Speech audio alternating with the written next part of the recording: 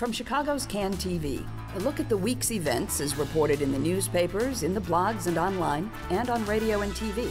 This is Chicago Newsroom.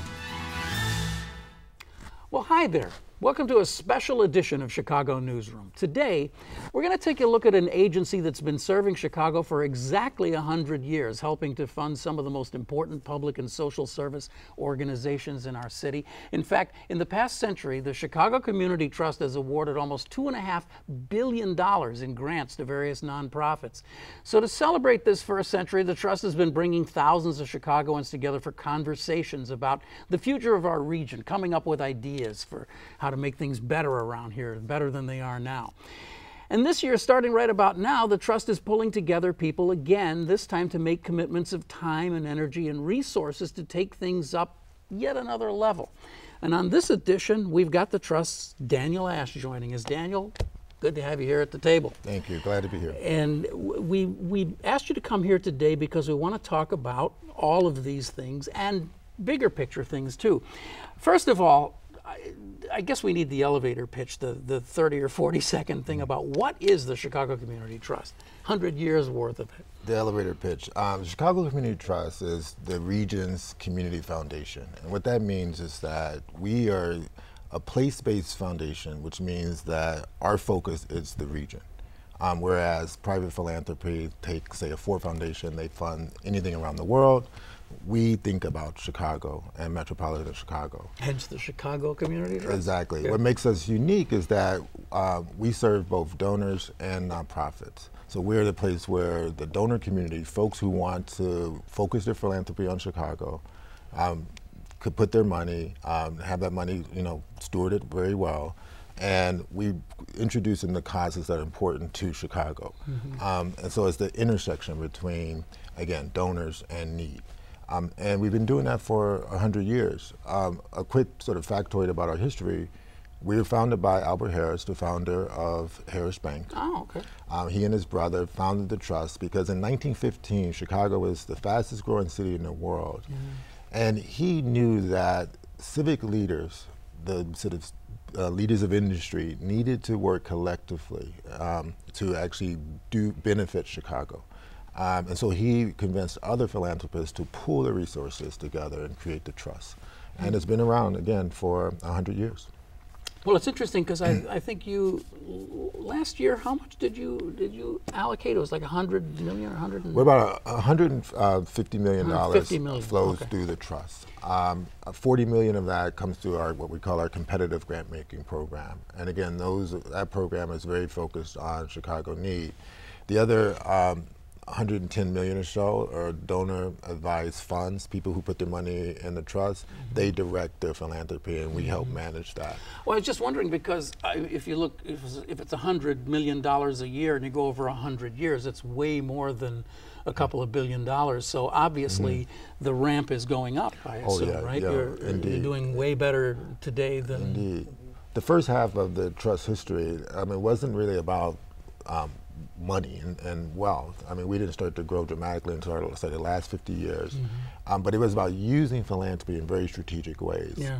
One of the most interesting stories I've heard about the trust is when we needed to sort of reimagine our public health system, the trust was the place that funded the research to understand public health and how public health should be developed, the infrastructure that is for the region.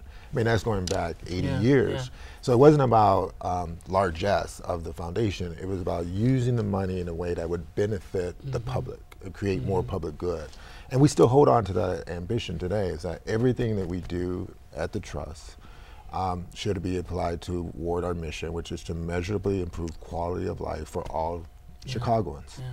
It's interesting because if you think about, we always have this tension between the private sector and the government and all that, but there is a third leg to the stool, this kind of philanthropy and private philanthropy, because there are so many things we could name, and I'm sure you know them off the top of your head, but organizations, entities, not-for-profits that just simply can't make it on their own, but their mission is so important. The government can't fund them, as we know so well right now with the debates going on about the budget, and the private sector isn't going to fund them, so that that's where you guys step in and have historically stepped in, I guess. Well, I think we do that, and we step in a number of ways. It's supporting them financially through grant making, but it's also creating an environment where public officials, government, have a deep understanding of need.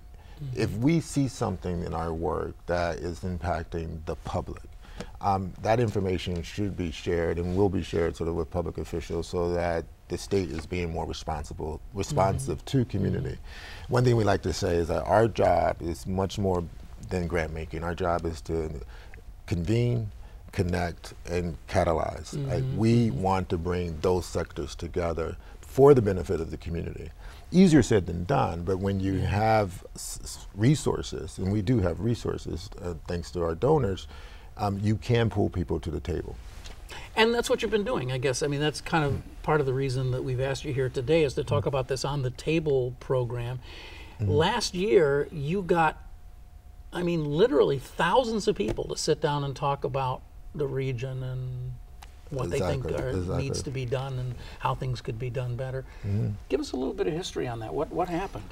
Well, last year we returned in '99, and we said, let's, inspired by the story of Albert Harris and his brother convening folks to create the trust, we said, well, let's get the community to form, sort of gather around dinner tables, lunchtime tables, breakfast, and talk about community, but talk about it in such a way where they would discover or unearth ideas to make community stronger. Trust was once an idea that became reality. We thought, well, our community residents will have ideas to make community stronger, and we should be listening to those ideas. So we were inspired by our history in creating On the Table. As you know, we exceeded our expectations. 11,000 people participated. And what we learned, much more than the ideas, that people were energized, rejuvenated by the conversations that they experienced. Not only that, people were very responsive to the idea that an institution like the Trust was underscoring, emphasizing community voice above all other voices. Like everything must begin with what the community is expressing as its need. For me, that wasn't necessarily surprising, but it was a delight to see that folks really got the point that, again, our work should be responsive to what communities say they need. The genius of this is not just that you're talking about all these important issues, but that you're basing it on food. That's true. I mean, you gotta have food. Exactly. People have been gathering around dinner tables for a long time and talking about public affairs. So let's make it mean something, particularly for the Trust.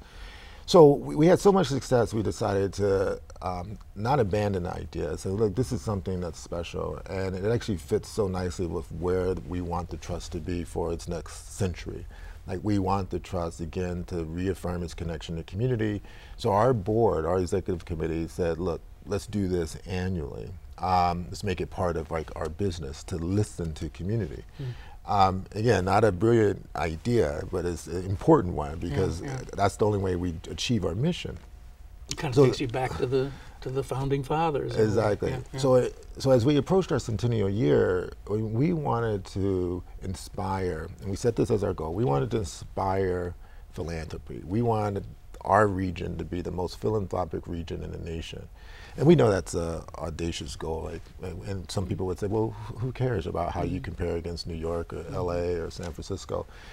We thought it was a way of just saying, you know what, we want our neighbors to care about their neighbors more than any other region. Like, we're going to take care of each other in Chicago. And if we set that as a goal, good things can happen. Again, time, talent, treasure. People are just giving of themselves to others for the benefit of the collective. So we expanded our goal. So instead of having 11,000, we said, well, let's try to get 25,000. We think we're going to sort of beat that number. This year, you mean? This year. 25,000 in 2015. Wow. Based on the response that we've received so far. And the response is driven by, as I said earlier, the idea that we're saying community voice matters. And we're also saying conversations can start anywhere you want them to. It's not our responsibility to tell an individual, say, you know, we want you to talk about housing today. We want you to talk about what's important to you today. and trust that that conversation is going to go where it needs to go. Yeah. And quite frankly, if it's a respectful and thoughtful conversation, people will leave the table more connected to the people they experience that moment with, but more committed to the communities that they share, the neighborhoods that they share. Again, I like to say to my team at the Trust, we're trying to impact the marketplace for philanthropy, the marketplace for community. Like if people walk away feeling more deeply connected to people and place, positive things will happen. If people don't feel deeply connected to the people that they live next to or that they come across in their work path every day, they're not going to be committed to solving the problems that are going to make quality of life better for everyone. So again, it's about changing both sort of hearts and minds and connecting people in that regard. So we feel deeply, deeply satisfied with the response, but we know that that's not enough to have powerful conversations. We know that the trust, and we have to pull others to the table to do this, we have to be responsive to what we hear. Yeah, I mean, this is really a critical point, isn't it? I mean, at some point, you're just kind of like buying a bunch of people lunch or something, and people just talking. But this is your challenge: is how do you focus this and get it into something where people are saying, okay, this is a good idea, and I'm going to commit to helping make that work. As you said, time, treasure, talent. Yeah, I'm going to put my 3 T's into this. Yeah. That's a whole different level. Exactly. Well, and this is why we're creating programming that sort of carries the conversations to action very deliberately. One thing that we learned from last year, if people are inspired and connected, they'll act. We don't necessarily need to have an apparatus to sort of log it or sort of capture it. I mean, it's good to know what's happening, but there are entities out there that can receive more volunteers. There are entities that, of course, that can receive more donations. We trust that the system is there to respond to individuals. In addition to that, the conversation, the substance of the conversations, that's the thing that we're focused on as well. Like, we want the Trust, and our promise is to do this at the Trust, to make sure that our actions are aligned with what communities are saying is important. We want others to join us in doing that. So I was sharing with colleagues, when we go and present on the table the 2015 addition to the mayor or the governor, President Preckwinkle, we say, join us in listening. Not, we want you to go give a speech. Yeah. We want you to put your ear to the ground, step back, listen, and then allow your actions to be connected to what you hear. And if you do that, you'll start to see civic participation rates in this region increase, which we haven't seen for some time. Yeah, yeah. Well, give me an example of something that I know you listed in your report, like a whole bunch of different ideas that people came up with in these conversations. But give me an example of something that you think could be tangible.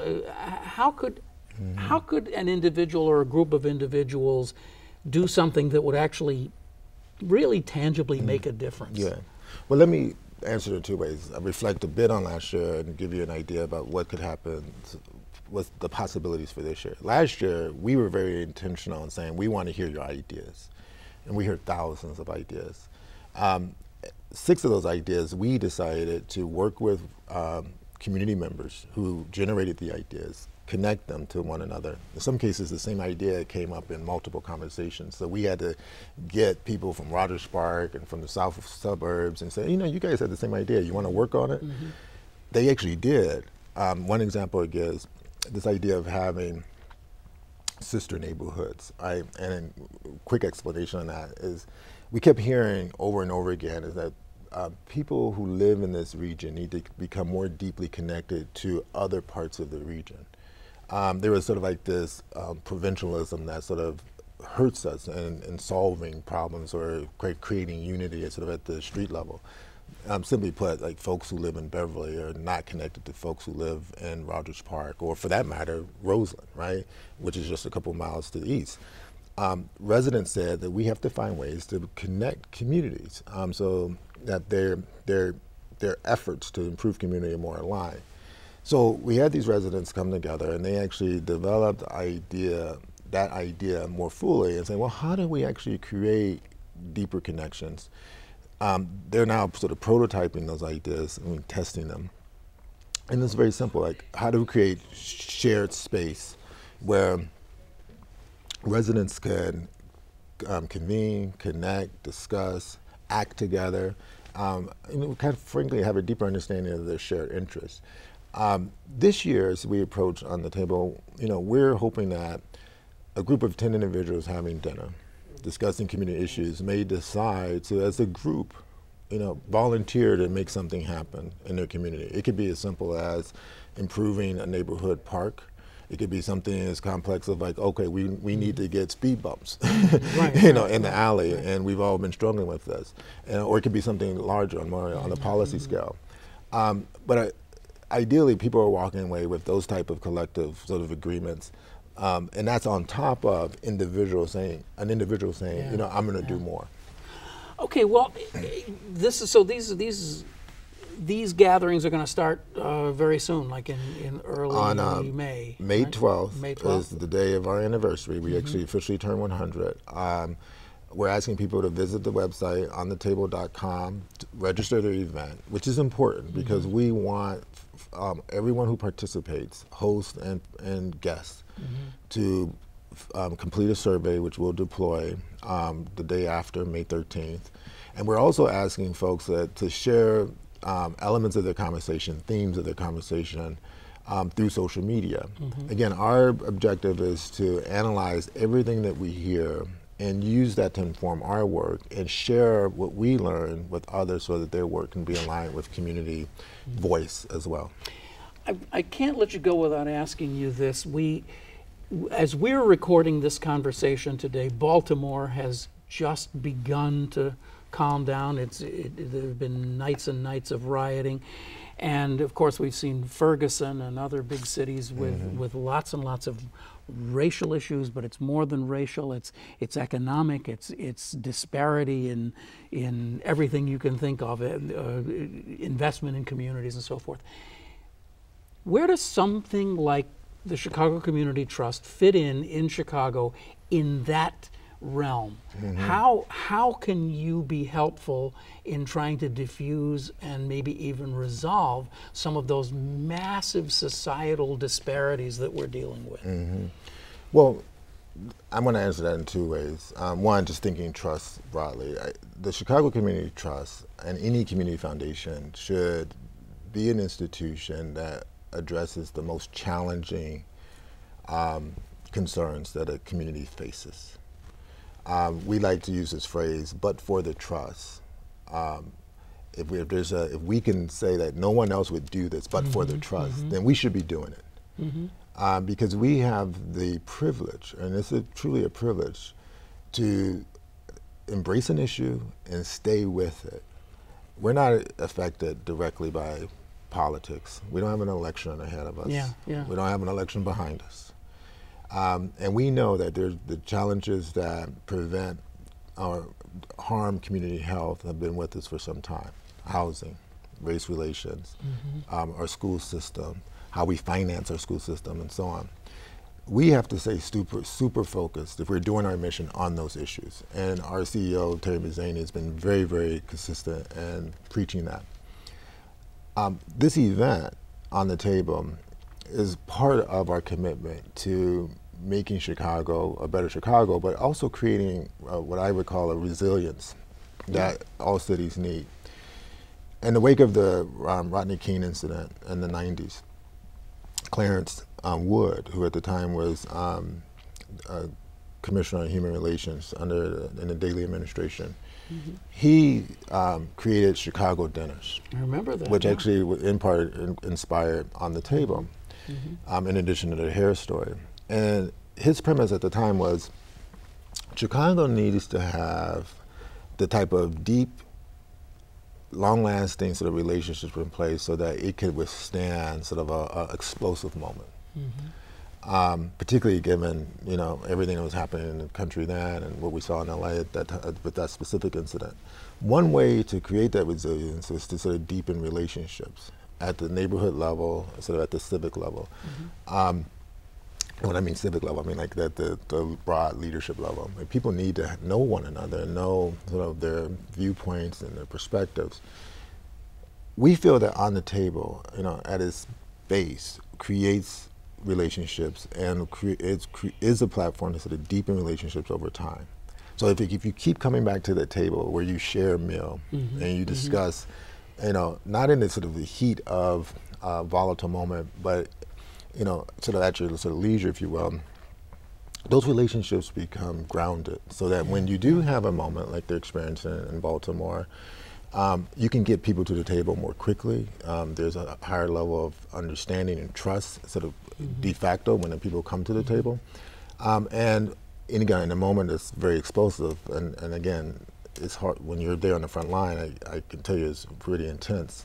I should tell you, Stephanie Rawlings Blake and I were classmates at Oberlin College. So we go way back. Wow. And one thing I know that she's facing, and she's in the position to do, is that she has deep, long-lasting relationships with many sectors of Baltimore. So she can get people to the table. Coming back to Chicago, the idea here is there has to be relationships sort of across the traditional sort of boundaries that separate us. Like, we have to diminish those. We have to transcend those barriers, become more deeply connected. Doesn't mean that things become easier, but it means that we can have more honest conversations quickly, and possibly get on the path of solutions that lead us to solutions more efficiently. So again, it's about community resilience ultimately, and I think, again, relationships are key to that. We kind of have to wrap up here, but I noticed from your, you guys did a survey of giving in Chicago, and something that I found really interesting was the total amount given is about $10 billion. Of course, it depends on how you count that, of course. But about $10 billion was essentially donated in Chicago in 1 year, right? In a year.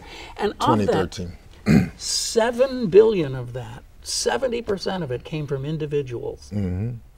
Well, it's not surprising for folks like me who've had to raise money. People, households, that is, that people get. Most philanthropy comes from folks who have very little. In Chicago, to give the audience some perspective, you have $10 billion donated. Almost $7 billion stays here in Chicago. I mean, that's important. We also found that Chicagoans, on average, give more than their national counterparts. So we couldn't compare market by market, but when you look at the national average of giving at all levels, Chicagoans do more. And not only that, is that we give to basic human needs. Chicagoans are concerned about taking care of one another. So if someone needs a coat, they need food, they need shelter, people give to those causes. We want to build on that with On the Table, with all other trust activity. And we want to sort of move from that natural instinct to give to one another, move that to discourse, conversation, move that to action, collective action, so that we can solve some of our, again, more pressing challenges, from pension reform to charter school versus neighborhood school versus, whatever else the hot thing is at the moment. We need to have the type of community health that leads to meaningful action at the community level.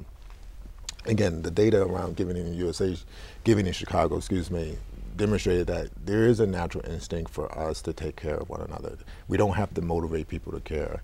We want to make sure that caring is directed in a way that actually leads to lasting change. You also discovered something really interesting about the number of people who just donate time. Sometimes they don't have money to donate, but they have time. And I know I've found this myself over the years. I've worked a lot in Chicago Park District in restoration projects, where you spend all day Saturday cutting buckthorn or something. And the number of people who do it, it just amazes me. And there's nothing in it for them other than that the park looks a little bit better when they're finished. And there's a lot of that going on. One last question, which I've really been curious about. We've seen a kind of a global change in the corporate structure in the world. More and more corporations merged and became bigger and bigger. And a generation ago, I mean, I remember when I was a lot younger that Chicago was the host of really big companies that were based here, and their executives lived here, and they were much more involved in whatever it was, the symphony or whatever. And it appears to me that that has changed pretty radically over the last 10, 15 years. The companies just aren't here, the people aren't here. It's not a failure of Chicago, it's just the way it is. There must be much less of that kind of corporate philanthropy. Yeah. Well, here's what the data suggests. The data suggests that corporations still give to where, in the places where they're located. So whether it's corporate headquarters or a plant, corporate philanthropy usually follows a very simple pattern. Like if we have a presence in the community, we give to that community. What we also are learning, and this is more anecdotally than sort of research based, corporations are doing more because their workforce, their employees are demanding that they do more. Employees are increasingly, particularly with the millennial generation, are increasingly looking at what corporations do for the communities in which they exist. And so for a corporation to remain competitive, to attract employees, they have to have a meaningful philanthropic connection to that community. Time, talent, treasure, service. You know, they need to be demonstrating that. So that's good news for folks in like my sector. We want corporations to do that. The globalization sort of question is, we don't have an answer to that. Again, we know that it's corporations are more likely to move. You know, usually if Allstate were here, they were here forever. They think Boeing, who would have thought Boeing would have left the Northwest, right? So we understand that we regions have to do a lot to sort of keep those corporate headquarters, keep those factories, those plants in their region.